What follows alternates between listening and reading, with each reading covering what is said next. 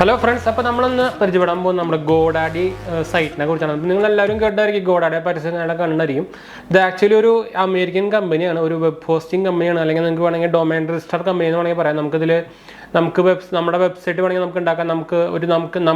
email ID, @gmail.com.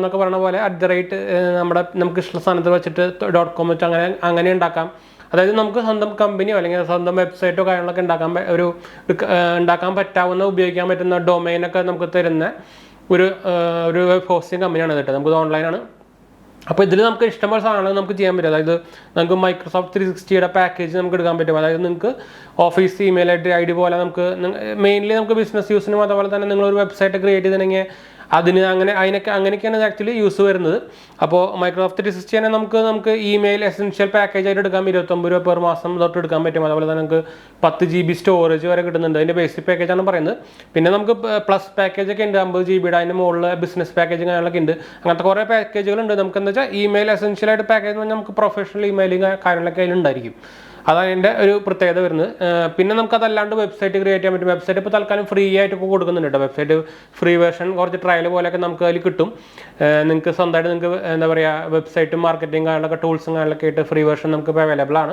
നിങ്ങൾക്ക് വേണമെങ്കിൽ check ചെയ്ത് നോക്കാം. ഞാൻ എന്തായാലും അതിൻ്റെ ഡിസ്ക്രിപ്ഷനിൽ നമ്മുടെ എന്താ പറയുക ഗോഡാഡിയുടെ നമ്മുടെ അഡ്രസ്സ് എന്താ പറയുക ലിങ്ക് ഞാൻ കൊടുക്കുന്നുണ്ട്. നമ്മുടെ ഒരു അഫിലിയേറ്റ് ലിങ്കാണ്.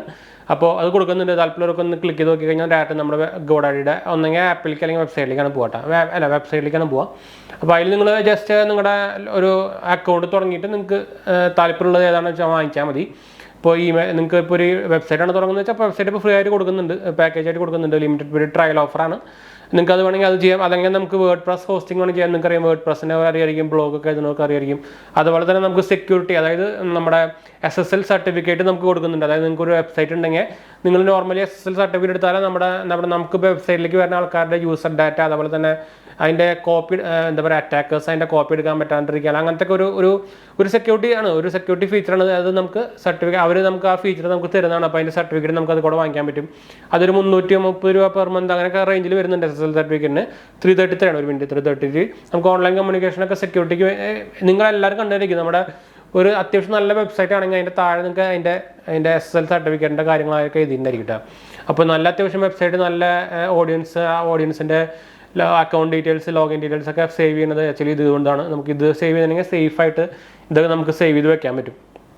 പിന്നെ അതുപോലെ തന്നെ നമുക്ക് എന്താ പറയുക വെബ് സെക്യൂരിറ്റി അവർ കൊടുക്കുന്നുണ്ട്. അപ്പോൾ ഇങ്ങനെ കുറേ നെറ്റ്വർക്കിംഗ് ഫീച്ചേഴ്സ് കാര്യങ്ങൾ കൊടുക്കുന്ന ഒരു വെബ് ഹോസ്റ്റിംഗ് കമ്പനി എന്ന് വേണമെങ്കിൽ പറയാം. എന്ന് വെച്ചാൽ ശരിക്കും ആക്ച്വലി വെബ് ഹോസ്റ്റിംഗ് കമ്പനിയിൽ ഒരു ടോപ്പ് എന്ന് വേണമെങ്കിൽ തന്നെ പറയാം ഗോഡാഡിനെ.